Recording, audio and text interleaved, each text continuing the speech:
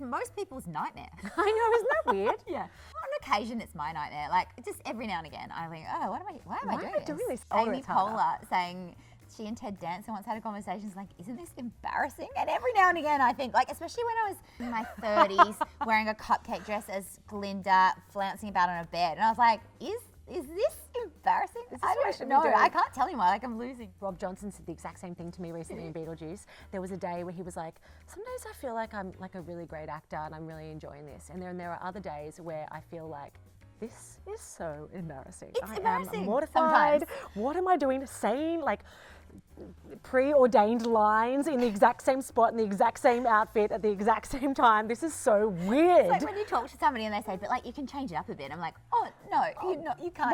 Once the show is set, it's like, set. You can't change the words. No. Don't you think that there's a thing that happens when you're in a musical, as Glinda, for instance? So you're in the bubble dress. It's so beautiful. It weighs 20 kilos. So you think, wow, this is the height of my life. I've worked my whole life to get here. Then you have to go into a photo shoot across the road in the garden, and you feel like a suit character. Like, seriously. It's the same as like wearing bathers at the beach, and you walk across the road to get an ice cream, and you're like, now I'm in my underwear. Why am I wearing my underwear out in public?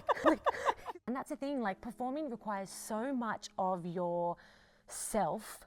It requires so much of you being vulnerable, because you're literally letting a whole bunch of people, up to 2,000 people who are sitting in the dark, watch you, and there's a bright light on you. Let alone then if you're also singing and dancing and doing all of these other things that are skills that you've had to train your whole life for, and you're having to, like, show something truthful. And even if it's not your, like, natural story, you're having to connect to something to make it truthful.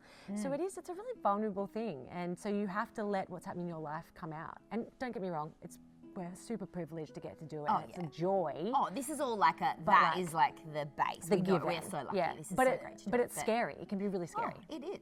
What have you got to lose really for being vulnerable? Other than a little bit of maybe a little bit of ego. Yeah. In the sense and that's actually a positive. Exactly. I think that's why all of the Hey Lemonade stuff has been so useful, because nobody goes through life without challenges. Yeah. And nobody goes through life without things worrying them. And your life. Exactly. Yeah. I do think that witnessing people around you being vulnerable and it being a positive thing and accepted in a positive way just reinforces that, like, oh, that's okay.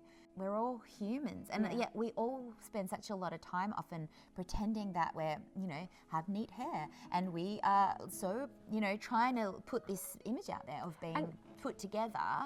A talk that I love that we've made, because it's generally it sort of is useful for so many different situations, is just that reminder everything will be okay. Oh my God, it's just a resettling time. If whatever's happened, just be like, oh, everything's always shifting. And I think that's, Marie Carty wrote that, and it's like, that's the nature of existence. Like, things will be okay again. They've been okay before, and they will be okay again. And it's so hard to remember that sometimes. And you're right. It's like we know it. We intrinsically know it. Like, it is something that we have all experienced and have all gone, it'll be okay. Yeah. Someone has said it to us. But you can't, you forget. You can't believe it. Do you remember when we recorded that talk with Maggie Beer? Like this, and Maggie was like, oh, I need this. We were like, what? You? And she was like, yeah. And she, shared some of the things that she'd been going through that day and that week.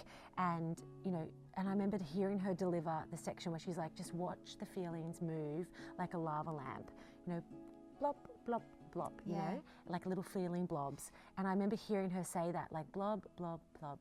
And I call on that sometimes when I'm having that time, when I'm having a tough moment. I'm like, just remember, it will all work out. It might not work out the way that we planned, but it will be okay.